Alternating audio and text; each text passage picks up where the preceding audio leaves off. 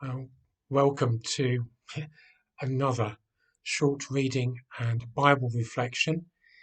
We now find ourselves on Wednesday, the 2nd of December, in the beginning of Advent. I hope this finds you well. I hope you're keeping going at this difficult and challenging time.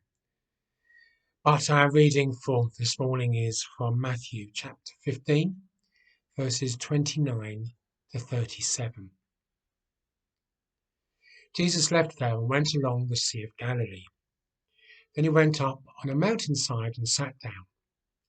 Great crowds came to him, bringing the lame, the blind, the crippled, the mute, and many others, and laid them at his feet, and he healed them.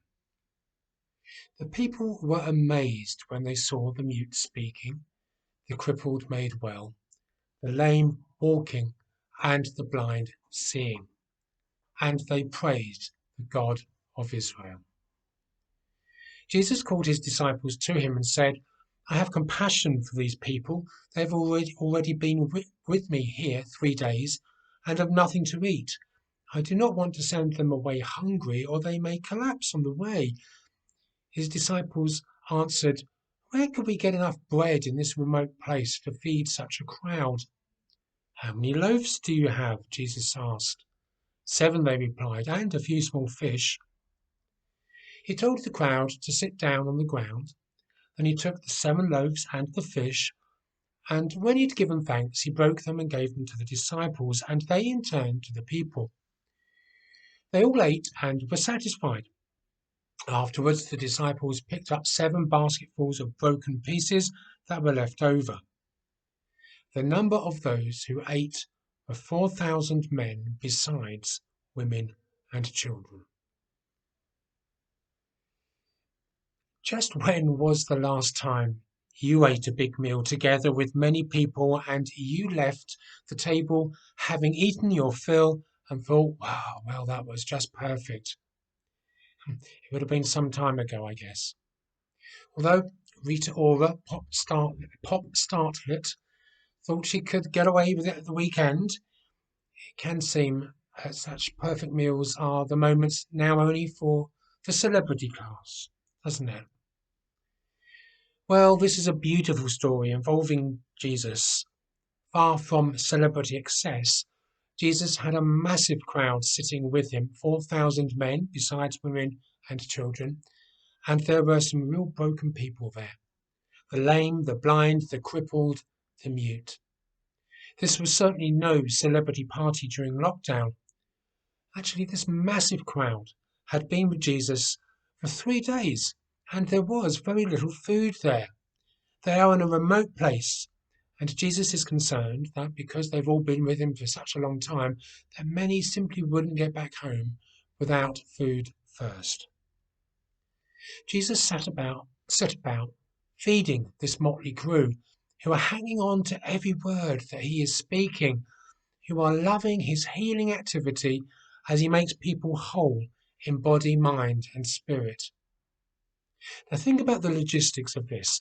A football stadium's worth of people are with Jesus for 3 days. They are sleeping there, sneaking off to the loo at some other remote place for 3 days. It will be noisy, uncomfortable, and ever so slightly smelly. There were no hot dogs stands around like you find outside a football stadium.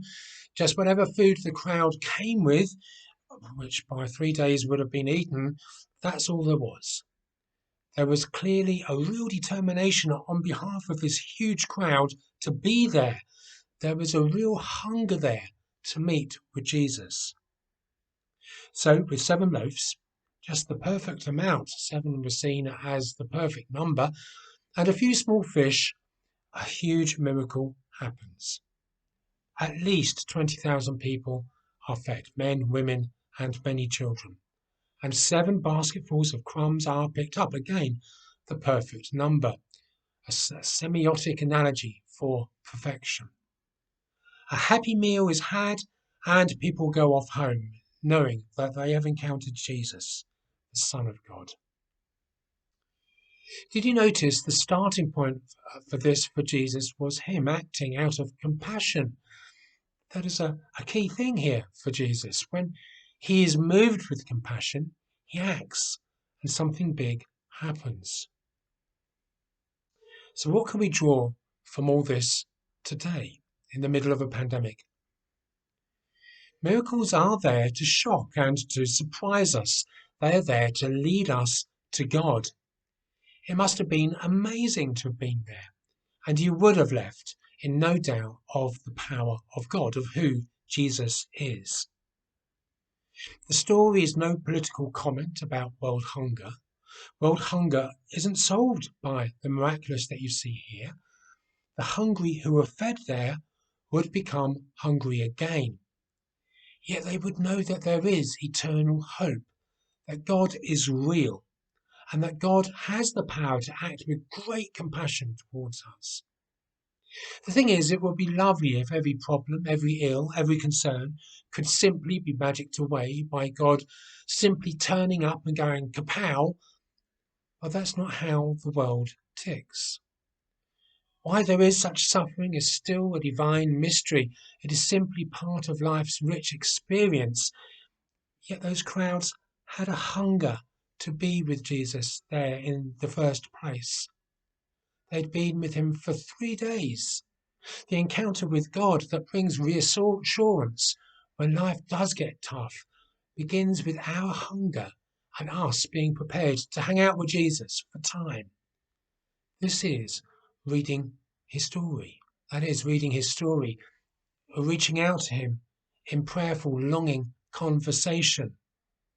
If you are hungry to encounter God, and many are, then do be prepared, like that crowd who spent 3 days with him, to reach out to Jesus, to spend time with him.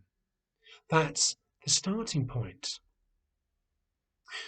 What we can draw from this beautiful story is that as we longingly wait for God, seek for God, that there will be special moments over time of deep encounter with God.